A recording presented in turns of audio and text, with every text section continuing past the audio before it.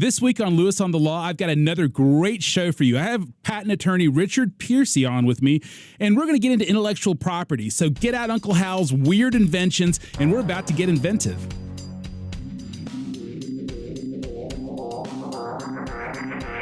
Welcome to Lewis on the Law.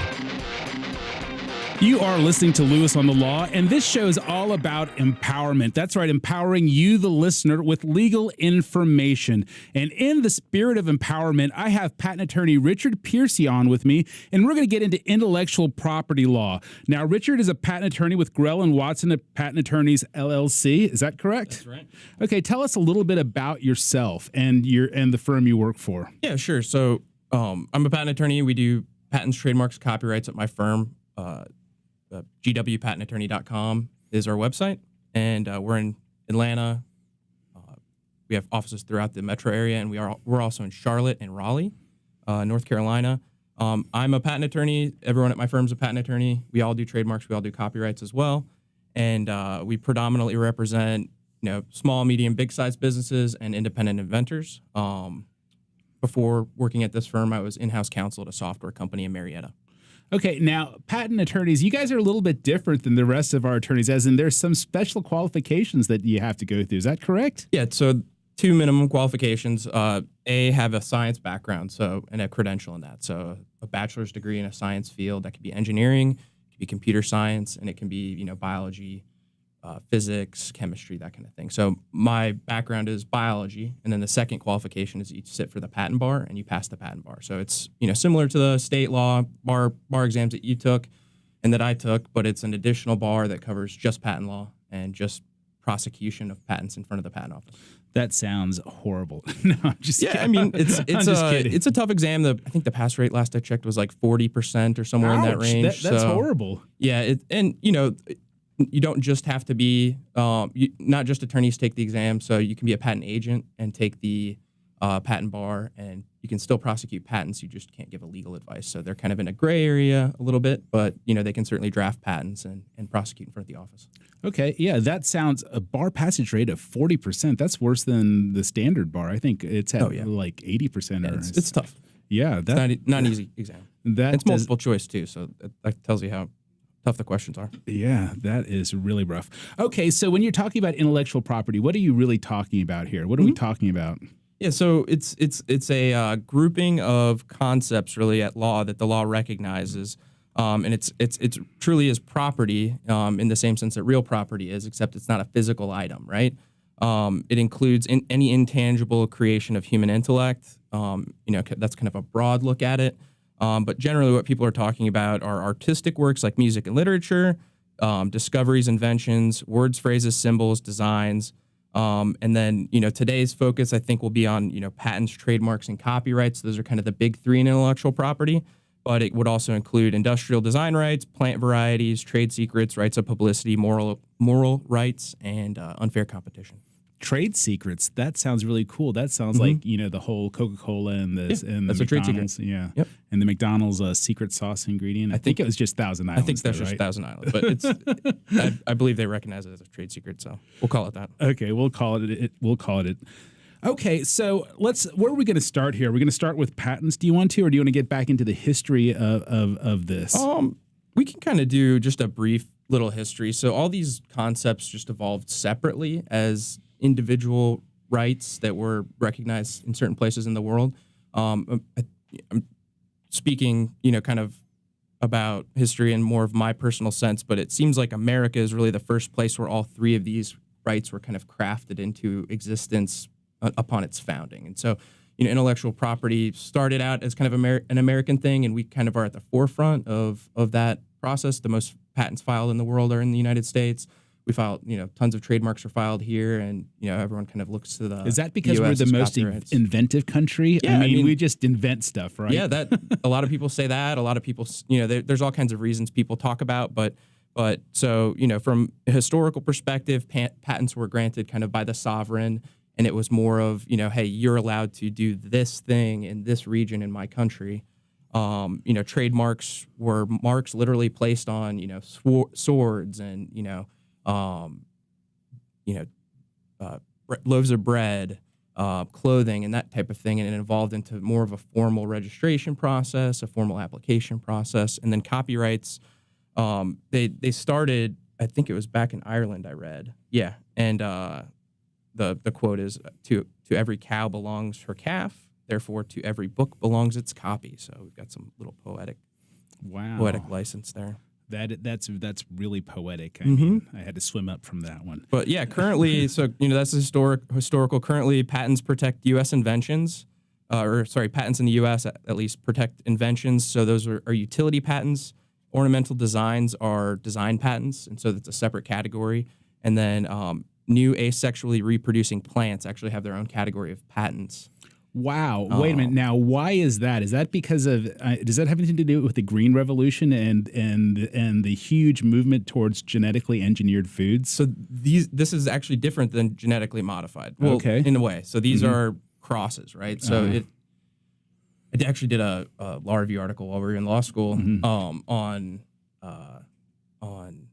plant patents. So I know a little bit about this, but it was apple orchards that really lobbied the government in the turn of the century to get this statute passed, because what they found is they were making these new apples, and these new apples were really popular, and then they would start licensing the trees out to other farms, and when that happened, they would kind of then, once you've licensed it once, well, then they just make a cutting and sell it to somebody else. And so this is a way to protect any plant that can be essentially grafted or cloned, and be able to then license it out with a federal protection. Go ahead. Okay, that really, and I was like choosing like the music for in between segments here, and I almost picked a song called "Reflector" by a band called Arcade Fire, and it's all about genetically modified people or kind of moving towards the future. Yeah, that would actually be a utility patent. So you could probably get a utility patent if you're not modifying people, but really anything else. Oh, okay. Well, I should have picked that one. I picked the wrong song. Anyways, okay, let's get back into that, because you said a lot of interesting stuff there. First, you said there was a patent for plants, and you got into that a little bit. Now, what were the other ones? Ornamental designs. So, a useful article that is designed in such a way that you'd like to protect that design. So Apple kind of did a lot of those with the first iPhone. So the rounded corners and the rounded rectangles, the design of their home screen, and they were actually pretty successful in enforcing those patents, and had a lot of big cases against Samsung and some of the other phone manufacturers, because they really kind of changed the way phones look in our pockets now.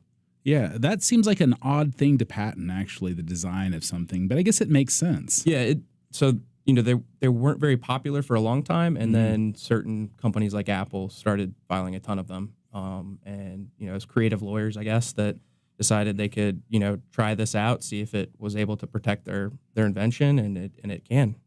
Okay, now is that because there's some kind of meaning attached to a phone coming from Apple, or an Apple phone? Well, that would be more of the trademark protection, and they've got that as well, obviously. But the new ornamental design would be filed under patent law, and then if you have kind of a trade dress protection over the shape of the phone or the color or the way it sounds and things like that, ringtones, you'd get a trade dress protection under trademark law. Okay, all right. So we've kind of got into a little bit of the history about this, and you said copyrights came from Ireland? That seems odd. Yeah, it was 700 AD is what I've got here. But yeah, I mean, poems, written works, things like that. In the U.S., it was, I believe, maps, charts were the kind of the first. Books, maps, and charts were kind of the first things protected in the United States, and it was, our foundings shortly after the ability to mass produce those types of things, and so you'd want protections for the authors to stop people from counterfeiting those. Okay. Okay. So, and trademarks, they started out with like marks on blacksmith swords. Mm-hmm. Yeah, that's interesting. Yeah, and that was I believe earlier in the Roman Empire. Obviously, people would brand cows and things like that for to prove ownership. But this was, hey, I've got this really great technique to make a sword, or I'm the best swords blacksmith maker around, and the way that it's mine is by this brand that I've put on it.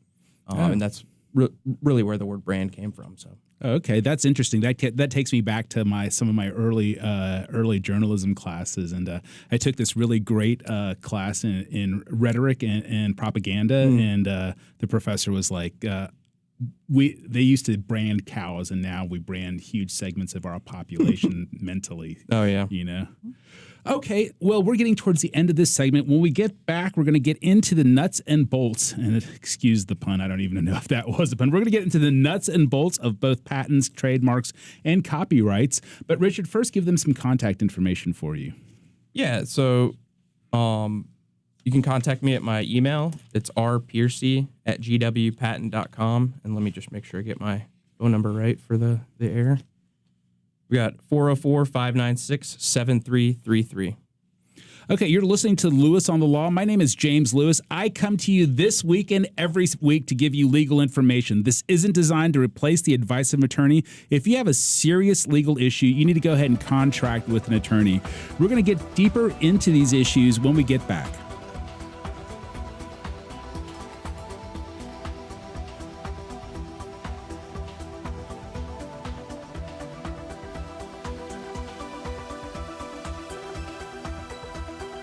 You are listening to Lewis on the Law. My name is James Lewis, and this show will be archived on my website with all my other past shows. You can go to jameslewislegal.com, and if you have a question or a topic that you'd like to hear on air, you can go ahead and email me or on my contact page on the last page of my website, or you can email me at james@jameslewislegal.com, or you can give me a phone call at 404-610-0075. This show is not designed to replace the advice of an attorney. If you have a serious legal issue, you need to go ahead and contract with an attorney. You can call me. I might be able to help you. If I can't help you, I can direct you towards an attorney who can get you the help that you need. Now, I've got another awesome show coming your way. It's filled with information because this is a topic that a lot of people are actually really interested in, and it's intellectual property. And I have patent attorney Richard Piercy on with me. Hey, Richard, how's it going? Doing great. James, thanks. Richard, give them contact information for you once again. Yeah, of course. Quickly. Yeah, it's rpiercy, Piercy, @gwpatent.com, and 404-596-7333.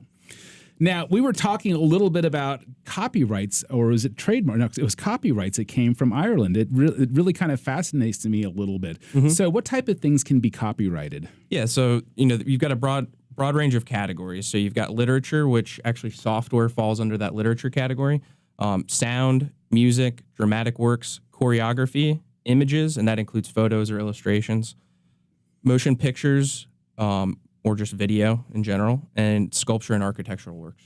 Okay, so some of that makes sense to me, But then you have sounds. I mean, I guess that applies to music. And then you have video.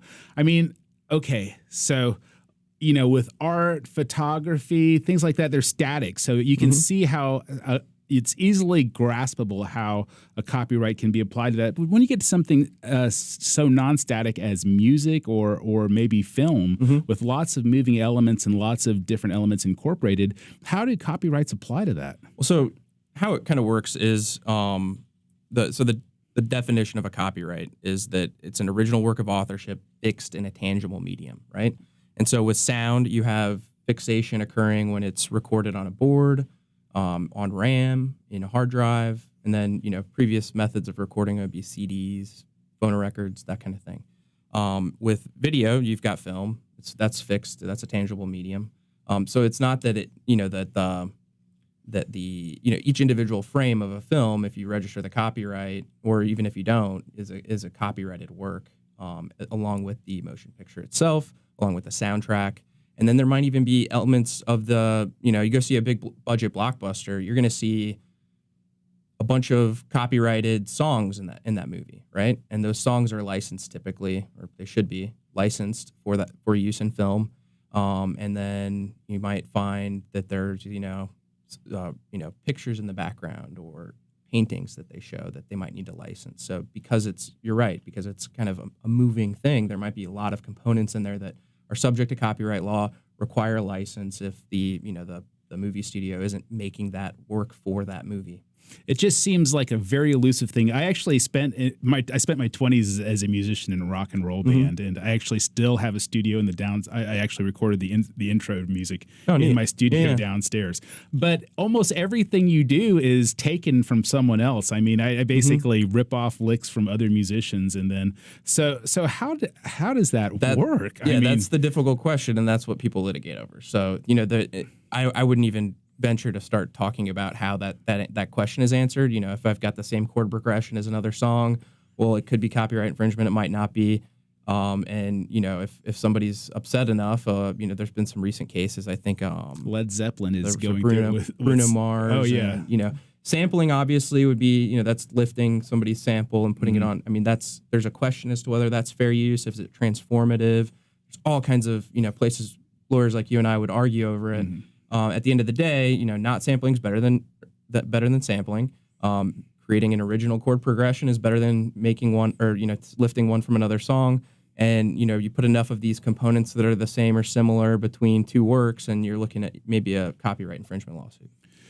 Yeah, that is a huge can of worms. When I first started playing guitar, I found out there were like 1,000,001 songs you could play with the same 3 chords. And and I think every pop song in the last year's got the same chord progression. Yeah. They get popular and then they go out of favor. That kind of thing. Yeah, exactly. So there's a lot of ripping off of chord progression. So that sounds like a can of worms. Okay, so let's get into copyrights a little bit. I mean, since we've touched on it, why don't we just get into it a little bit deeper? Yeah. So. There's a few different requirements. It's got to be an originality requirement. It must have some degree of creativity, but this is kind of a low bar actually. In the U.S., phone listings aren't protected, so because those are just mere facts. Phone lists aren't protected? Correct. Yeah. I've got some great phone lists I really was going to get a copyright on. I was going to hit you up on this. If it's really creative, if it's creative enough, you might be able to get a copyright, but, alphabetically listed phone listings aren't going to be copyrightable, at least not anymore. There's a court case that said that. But if you had a creative phone list, maybe there's a chance. Yes, actually. And I know it's weird, but if you, let's say you did a listing for a particular demographic, let's say, there's a Asian American community in Gwinnett County that might really have specific businesses that they like to patron. Well, that might be copyrightable. That type of yellow pages might be copyrightable. Whereas, just listing by category or alphabetizing isn't going to get you a copyright. Same with like blank forms and things like that. But that's really the bar. So, if there's a modicum of creativity, you can, have a copyright, and that exists from the moment it's fixed. So as soon as you type up your novel or record your song and put it onto either a record or some, just record it onto your hard drive, that from that moment, it's a valid copyright. Doesn't require publication, doesn't require registration, and doesn't require notice. So notice is that little C that you see sometimes on things. Those are all formal requirements that are no longer required for a copyright to exist. Okay, so what other kind of things are not copyrightable? So ideas would be kind of one. So, sometimes clients will come to me with, hey, I came up with this great idea for a novel where, And a lot of people think this is copyrightable. A lot of people think I've got this idea that's going to make me $1 million. And, it's, a man falls in love with a woman and they play video games or they do this, that, or the other, and something happens and they fall in love, and then the man's hiding something, and then she finds out, that they'll say that, and then I saw the most recent James Cameron film had that same story, or the most recent Steven Spielberg film had the same story. Well, that part of the copyrighted work, if you wrote a novel that had those elements, the novel, the word for word would be protected, elements of the novel would be protected, but the general idea of it would not be. So. Okay. It's a critical distinction there. That makes a lot of sense, because sometimes you see in literature, in film, you see ideas, plots, storylines rehashed over and over again, just placed into different situations and in different fact patterns. And then when you look at, kind of artistic works, so there's a famous case with a jellyfish that's kind of encased in glass, and, they sued somebody who did the same thing. Well, that's just really an idea. If they didn't take it, make this glass the same shape and it wasn't, the same size jellyfish, that kind of thing, then you've not really copied, you've just taken their idea. And so ideas aren't protected, compilations of facts like we talked about, and then works by the government, state laws, and that's it. Okay. So, Useful articles. yeah. So would be this. another. So when you're excluding others from using your work, I want to talk about that a little bit because you're familiar with Jackson Pollock paintings where he basically just takes slathers of paint and throws it against a canvas and and then calls it art. So what right does he have to prevent other people from copying his artwork, his style? So you're free to go do that. You can go take a paintbrush and make a mess of a canvas with any color you want.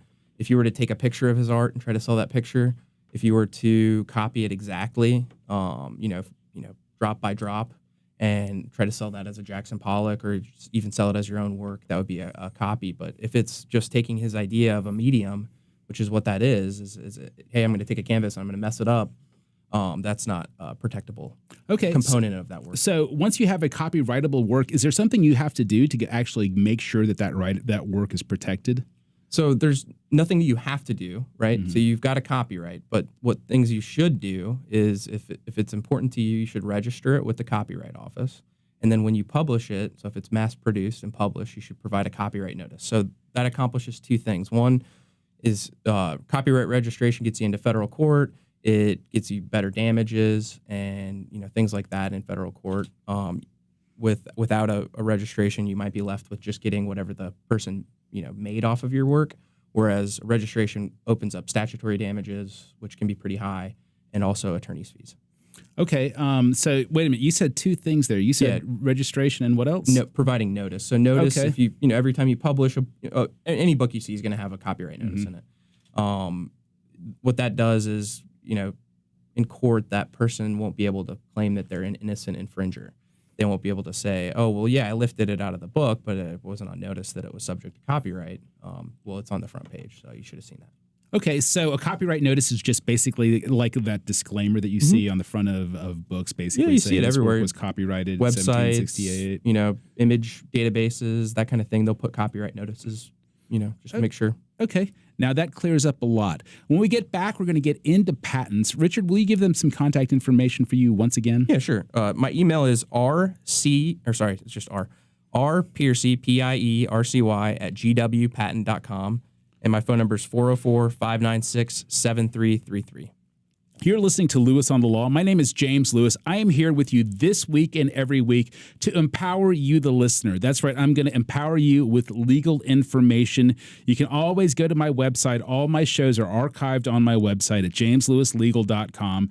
If you have an idea for a show, or you have if you have a topic that you would like to hear discussed on this show, then go ahead and drop me a line on my contact page. You can email me at jameslewislegal.com, james at jameslewislegal.com, or you can give me a phone call at 404-610-0075. When we get back, we're going to get into patents.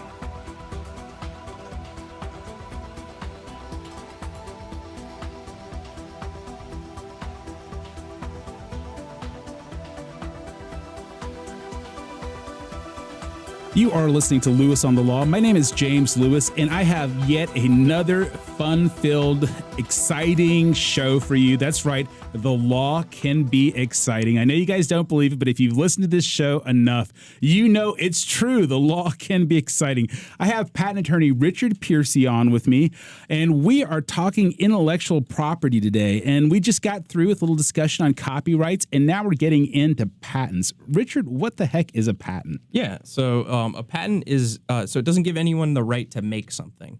It gives them the right to exclude someone from doing something or making something, right?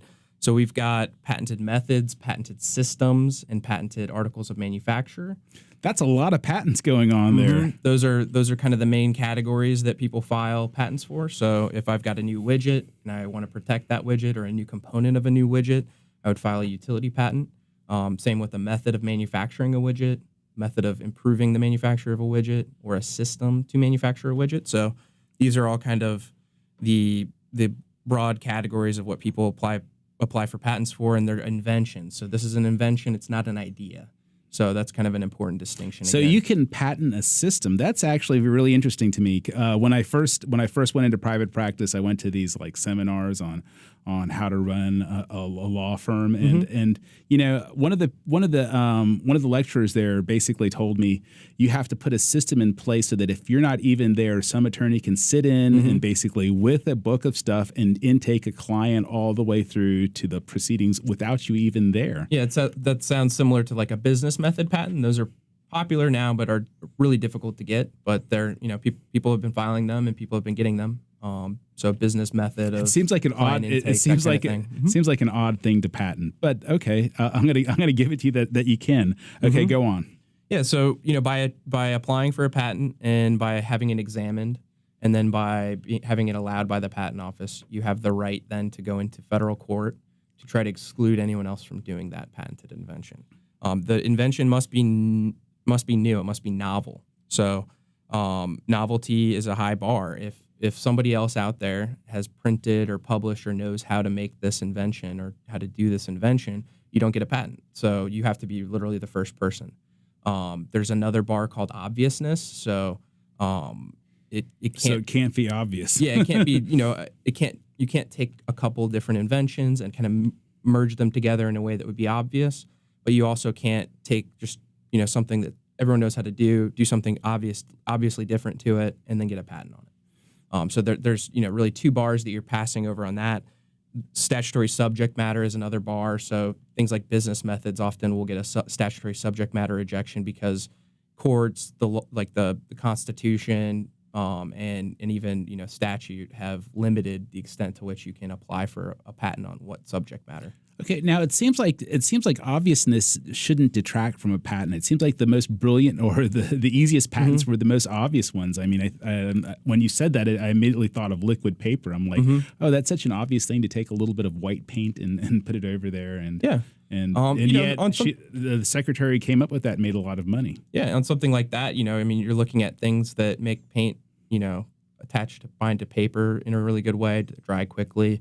And so those aspects might have been patentable, whereas just taking paint and putting it on paper might not be an obvious use of paint. Yeah, I think her trick was that you could write over it and it was still kind of smooth. But anyways, I think it was a secretary and she made a great deal of money off of liquid paper. Probably got a chemical patent for the chemistry behind that. The composition for what it's made out of. Maybe even a method patent for selling a bottle of this paint to brush onto paper. I'd really love to take a look at what she did because I don't think that she actually invented anything new. I think she just a new use of something old. A new use of something old can be patentable. Yeah, but the way I like to think of obviousness, we're living in a smartphone world. These smartphones have all kinds of fun stuff on them. If we were to travel back in time 20 years and we had this knowledge about a smartphone and we wanted to have the first camera phone, if we just took a camera and taped it to the back of a phone, that's obvious. But if you were to integrate the circuitry, if you were to get the image sensor and lens and everything like that integrated in the back of a phone and those circuitry components combined, you were to file a patent application for that, well, that's non-obvious. Okay. 20 years ago, anyway. Okay. So you have in your notes a little practical guide here. So what are you talking about? Yeah. So if you're sitting there and you've come up with a novel technology, a novel improvement to an existing technology, or a novel way of making or using an existing technology, you really want to start by yourself before you hire an attorney, documenting your invention. So if it's up in your head, it's really helpful for inventors to get it down on paper. We like to tell our clients to get a title, a list of parts, elements, and steps, a summary of how the parts work, a list of advantages, and then either drawings or a prototype. And once you have that together, you could use there's forms out there on the web. There's forms on my website, gwpatentattorney.com. You can download these forms, spell it all out, and get it really documented, date it. That's important. And then before hiring an attorney, doing a search yourself is really helpful. So a lot of people think they thought of something, but actually somebody else has thought of it and it's already out for sale. So doing a competing product search, use various synonyms for words, components of your invention, see if it's out there. If it's not out there and you've documented it, that's time to hire an attorney. Okay. So how long does a patent last for? So a patent lasts 20 years from the date of filing the first priority application. So, it can take several years to get a patent. So there's some time in there where, you've applied, you're waiting to hear back from the office, or you're arguing with the office. During that time, you're not going to be able to stop anyone from making or using or selling your invention. But once you've achieved patent protection, and if you've marked your sales and everything like that, patent pending, you can a lot of times go back and go after those people that have stolen your idea. Wow. It still seems like a little bit of lost time, especially if you only have 20 years and you spend 3 years basically arguing about whether your patent's valid or not. Yeah, it's tough, but at the same time, I mean, what a lot of inventors will do is they know that they're the little guy and that they're not going to, they're David and Goliaths out there. What they'll do is once they've got patent pending, they've applied for a provisional or non-provisional patent application, they'll start shopping the invention. So I've got clients with provisional patent applications. They know they're patent pending. They know when they go to a big company that might make or sell something, or might be interested in making or selling something that they've invented, that entity will not take it from them. If they're upstanding, big companies, they don't want a big, litigation budget for stealing a little guy's invention when they can license that pretty inexpensively.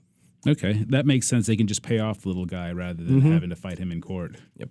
Amicable resolutions. Okay, so so you've hired a patent attorney. So what are the parts to this? What are the parts to your patent? Yeah, so when I get a client come in with a documented invention, what we'll do is we'll either search the patent literature, and provide them with an opinion as to whether or not we think their invention is patentable. And from there, we can either file a non-provisional application. It's a very informal patent application. It's very cheap for the inventor to file. And the application keeps your patent open for 1 year. So you have to then file a non-provisional application, which is another second step you can take. So you kind of have an option there. If you file a provisional application, within 1 year you file a non-provisional, and a non-provisional application is kind of the big boy patent that everyone knows and recognizes. It's got a lot of parts to it. You've got a written description, you've got some drawings, and you've got claims, and those claims are what determine what other people in the world can't do. Okay, so when you're talking about patent prosecution, you say you're a patent prosecutor. Exactly, what are you talking about? Because when I think of prosecution, I'm automatically thinking about someone in court and an attorney standing over them and basically saying, "Where were you on the night of the 5th?" Yeah, I'm not arresting anyone. I don't have the power to do search warrants or indict anyone.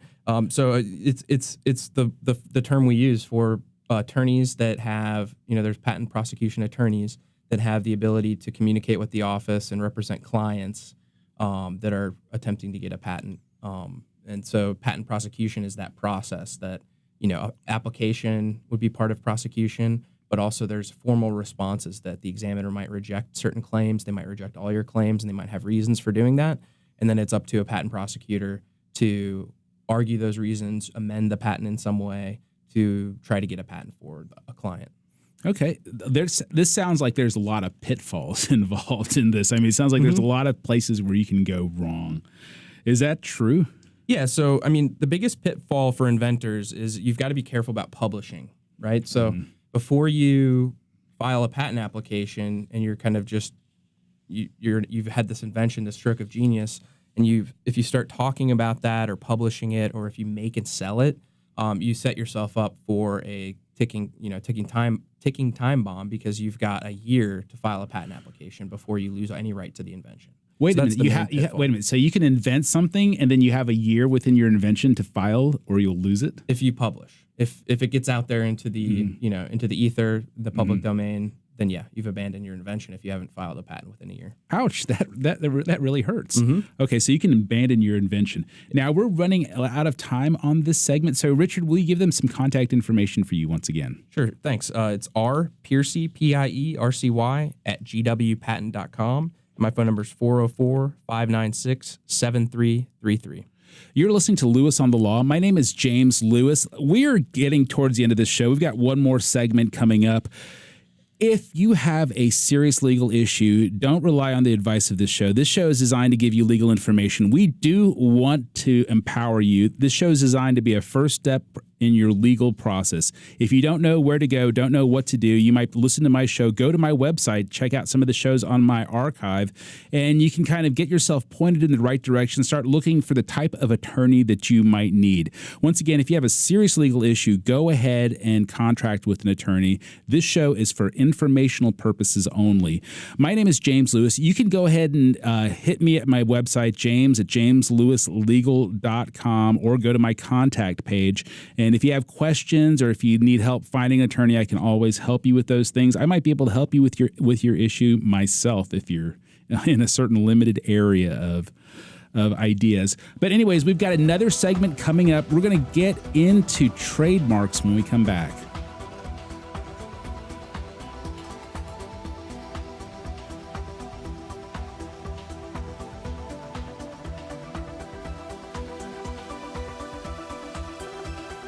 You are listening to Lewis on the Law. My name is James Lewis, and I am your host this week and every week to empower you, the listener, because those who don't have legal information can still be victimized by legal information. Just the way Richard was saying, if you have a brilliant idea and a patent and you publish it out there, you put it online and say, look at what I discovered, and you don't take action within a year, you may lose it. So this show brings you a lot of information. I have a patent attorney, Richard Piercy, on with me. And what firm are you with again? Grell and Watson Patent Attorneys.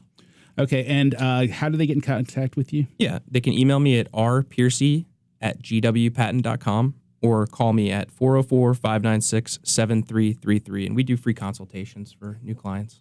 That's great. And if you're looking for an attorney, almost most reputable attorneys will give you a free consultation. I'm not going to say all of them will. Some of them are just too busy and don't have time. But most guys will at least talk to you about your case without charging you. If they're going to charge you before you even get into the door, you might want to search around for a different attorney. My name is James Lewis. You can always contact me at jameslewislegal.com. All my shows are archived on my website. You can go to my website. You'll see the podcast tab, and you'll see the video, the vlog tab. Now, Richard, you said there was some new trendy name for vlogs. Everyone tells me exactly what they should be called, and it's never.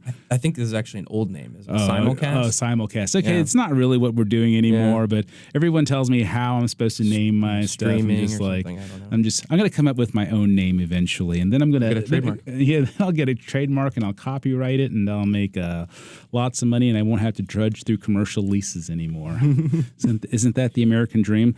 Okay, so when we left you guys, I would just kind of want to wrap up a little bit about copyrights and patents. Your rundown, just give us a little rundown here. Yeah, so copyrights, cover artistic works. They need to be original. You get a copyright as soon as it's fixed in a tangible medium. But if it's important to you, if it's a book, if it's, if you're a photographer and you're out there taking a ton of pictures and you're putting them out on the web and people are stealing them, it might be important to register them. Registration's really affordable for people, and it affords you a lot of benefits in court. And also, it gives you a lot of credibility when you're sending, demand letters if somebody's really ripping you off. The main works that we'll protect, there will be literature, software would be included in that, sound, music, dramatic works, choreography, images, which includes photos or illustration, motion pictures and video, sculpture, and architecture.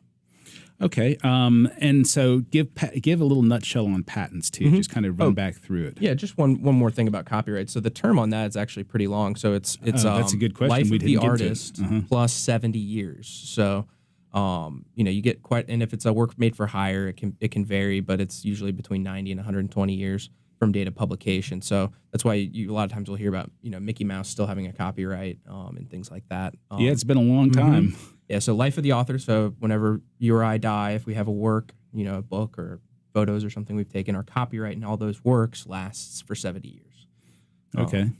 Yeah. So and then, we can move on to patents now. Yeah, just give us a little rundown on patents. I think it's a little bit helpful for listeners to go back and have a segment where they can go back and just kind of hear, just in a nutshell statement on patents. Yeah. So patents protect new inventions, novel inventions that are non-obvious. They afford you, rights to stop anyone who were to practice the same invention, whether that be make a new manufacturer that's the same as yours or do a method that you've patented. They last 20 years from the date of the earliest application. And then in terms of steps for inventors to take, first document your invention. get it all drawn out, get all the parts together, figure it out, even make a prototype. That's a good step. And then do some market research. And then the next step is hire an attorney. That attorney should give you some advice as to what the next steps will be, but a lot of times there'll be a patent search involved to search the patent literature. And then after that, you might want to file a provisional or non-provisional application, depending on some strategies and budgeting and everything like that. Okay, so this is business radio, and so a hot topic for a lot of business people are trademarks. So I had a question here, and and I'm going to use a fake name, Maybelline from Austell. She basically asked me, if you have a business right now and you can't afford you've just got it started, you can't afford a trademark or a patent attorney or IP attorney. Do you have some protection available to you right now? Yeah, so they're common law trademark protections. And so really what the federal registration is, it's a federal recognition of an existing right. So you either need to have obtained that right by having used it in common law. So use in commerce is what the definition says. So if you sell a good or service under a trademark, and that trademark indicates the source of that good or service, then you've got a trademark. So while there isn't a need, you're not required to file any of copyrights, patents, trademarks. You're not required to file anything. It's just in order to afford the government protection, and especially under patents, you need to file. So the benefit here for filing a federal trademark registration is, you can go into federal court. So you don't need to have diversity jurisdiction to go into federal court if you've got a federal registration. It also gives the entire country notice that you're the owner of the trademark. So if they copy you, and they start selling goods or services that are similar to yours with the same mark, that they're infringing that trademark. And it also allows the Patent and Trademark Office to more easily identify your common law rights. So when a trademark attorney, examining attorney at the USPTO is searching to see if someone else is going to be able to get a trademark, they're predominantly searching their own list of trademarks. They do go out on the web and they do some other types of searches like state Secretary of State websites and things like that, but predominantly they're focused on the federal.